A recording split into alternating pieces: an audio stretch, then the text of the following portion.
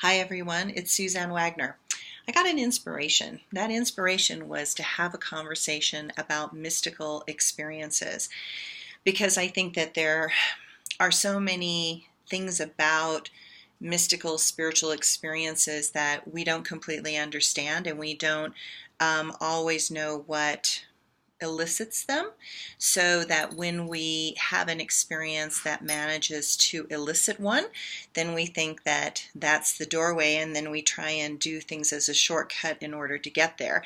Um, but I want to talk about the fact that all mystical experiences have a few common denominators. Those common denominators are your breath and how you breathe and how you take in your energy and air in, and also how you release energy and hold air out.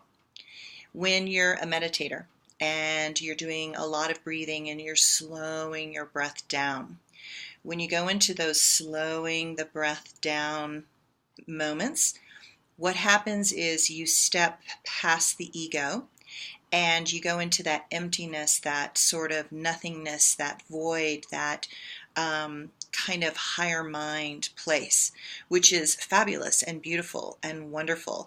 It takes a lot of practice and skills to do that, but the ego is always going to fight. So what people call their self is almost always their ego. And yet there's something past the ego. There's something that is beyond the form and that is still conscious and is still self-aware, but doesn't have the attachment. So anytime you have anything that has an attachment to anything, an outcome, a situation, a tool, a spiritual experience, a teacher, anytime you have an attachment, that attachment is ego, actually. It's actually not a spiritual experience for the purity of it. You're using that tool in order to get there. But it's a tricky thing because the tools are helpful to get there. But what I want to start to point out is that it can be even simpler, and it can be to notice breath. In Tantra, when we're dealing with higher states of consciousness, everything is related to the breath. So if you are with a partner or just a person at work, and you can't breathe with them, look into their left eye, stay present with them, you will actually have trouble relating or understanding their position in what's going on and feeling into them. But to do that, you have to be beyond your own self and own identity. You have to be not attached to a particular outcome or being right, or getting them to believe what you want them to believe. So there's this tricky edge. When we look at substances for spiritual, mystical experiences, which absolutely also works, you will find that oftentimes there's more breath. So when we're going into emptiness, that no mind, that receptive place, the breath has a tendency to slow down, sometimes completely stop. You see the great yogis that they will just, their heart will stop, their breathing will stop, everything will just stop. They drop in really deep and low. The other end is where you breathe in a lot of air. You breathe in a lot of air, you breathe in a lot of life force, a lot of energy, a lot of vitality. And certain substances will accelerate that breath. So people who are taking things like MDMA, different drugs will actually stimulate the breath speed. Methamphetamines will make the breath faster. Oftentimes that breath is fuller, so you're super oxygenating your system. When you super oxygenate your system, you will start detoxing toxic stress, toxic emotions, things that you are hanging on to with your mind. You have to oxygenate your body in order to release trauma. That is an important place. So when you release that trauma, you will have a euphoric high. You absolutely will get a euphoric feeling of transcendental states of consciousness, because you have you're not repressing something. You're not using your life force energy to repress something or to hold it down. You're actually breathing into it, being present with it, allowing that emotion to completely fill you up. And then all of a sudden it releases, hopefully with the help of a facilitator or somebody else who's right there. It's one of the reasons why Stan Grof created all of the beautiful rebirthing connected breath therapy modalities, was to use that without substances. So to recognize that you can actually breathe and super oxygenate your own body, and you can do these certain types of breath patterns, which again goes back to many of the old yogic traditions.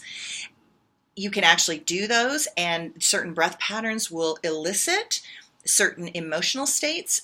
Certain music will elicit certain emotional states.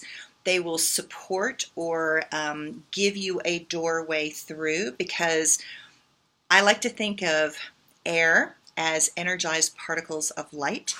I think music is also energized particles of light that are vibrating.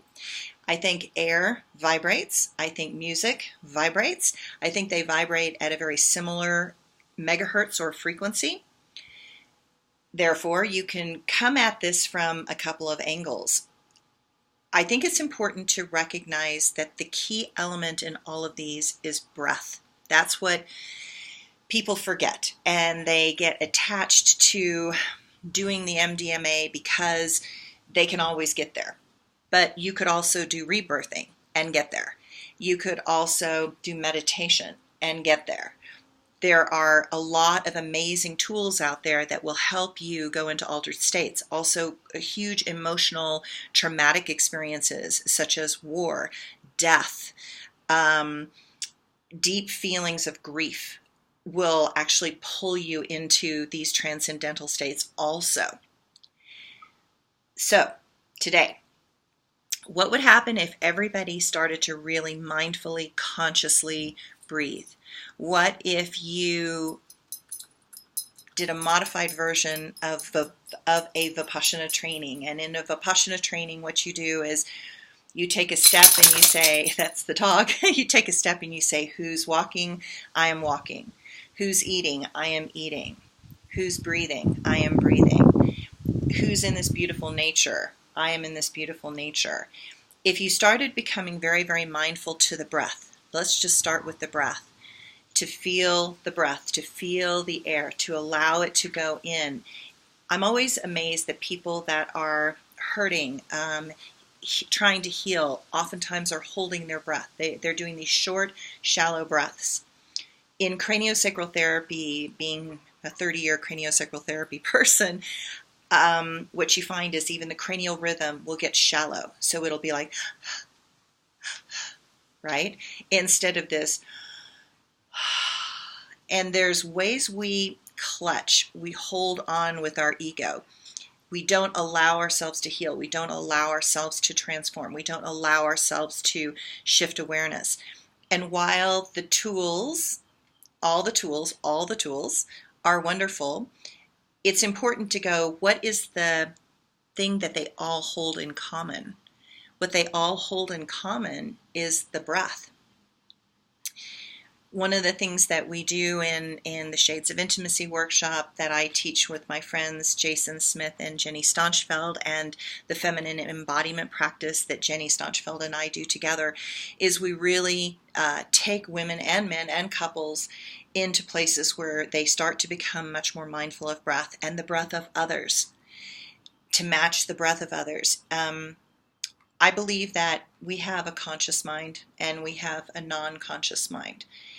And if we let go of our ego and have an awareness between these two, my non-conscious mind will talk to your non-conscious mind and get information by matching the breath, by breathing with you, by looking in the eyes, that there's a subtle energy frequency that is connected actually to the breath. It's related energetically on a frequency level to the breath. Then my job as the healer is to get that information from your non-conscious mind, give it to my conscious mind, and use that as a game of awareness, a tool of awareness to give you insight into something that maybe you have suppressed or hidden or you're not completely aware of. Let's start by just being mindful of the breath and doing large, full breaths as often as you can throughout the day. Instead of contracting when you're on the phone with somebody and you're frustrated, to instead to take a breath.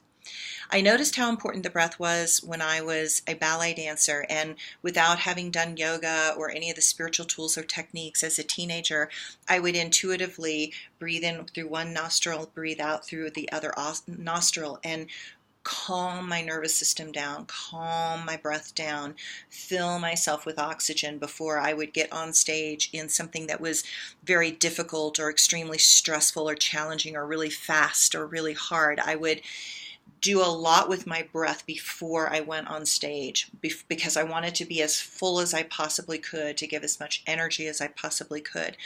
So why would you not want to give as much energy as you possibly could to your family, to your loved ones, and to simply notice that when you get your feelings hurt, you stop breathing. When you get angry, you stop breathing. What would happen if instead you did the opposite? You started to train your nervous system to breathe completely, fully instead.